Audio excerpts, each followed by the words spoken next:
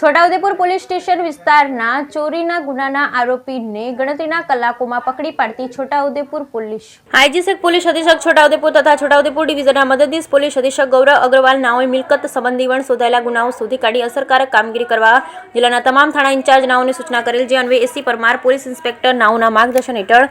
તાના આશરે કલાક 2024-5-24:04 વાગે છોટાઉદેપુર 30 ટાઉનમાં મઠાવીર આઈસ્ક્રીમવાળા દેવીલાલભાઈ નાઓની દુકાન આગળ ટાટા કંપનીનો 709 ટેમ્પો રજિસ્ટર નંબર GJ17UU 5191 માં આગળના કેબિનના સીટની નીચે પેટીમાં કાપડના થેલીમાં રોકડ રૂપિયા 1,19,170 કોઈ અજાણ્યો ચોર ઇસમ ચોરી કરી ગયેલ. આ ચોરી કરેલ ચોરી ઇસમને પકડી પાડવા માટે પોલીસના માણસોની ટીમો બનાવવામાં આવેલ, જેમાં Chhota Udepur Netram command and control રૂમના સીસીટીવી ફૂટેજ ચેક કરતા બે અજાણ્યા ચોર ઇસમો ચોરી કરેલ હોવાનું જણાઈ આવેલ. આ ચોર ઇસમો એક ઇકો ગાડી જેનો રજિસ્ટર નંબર GJ17BA8320 માં બેસીને ભાગી ગયેલ હોવાનું જણાઈ આવતા વાહન માલિકોનો સંપર્ક કરતા તેઓ આ વાહન બીજા વ્યક્તિને વેચાણ આપેલ, જે આધારે ઇકો ગાડીએ મૂળ માલિકનો મોબાઈલ નંબર મેળવી મોબાઈલના લોકેશનના આધારે ગોધરા પાસેના કંકુ થાંભલા ગામ પાસેથી ઇકોમાં સવાર બંને ઈસમોની ધરપકડ કરી પૂછપરછ કરતા બંને ઈસમો ચારણ કાળાભાઈ રાણાભાઈ અને બારિયા ખુમાનભાઈ ગજેન્દ્રભાઈ છોટાઉદેપુર ખાતેથી ચોરી કરેલ હોવાની કબૂલાત કરેલ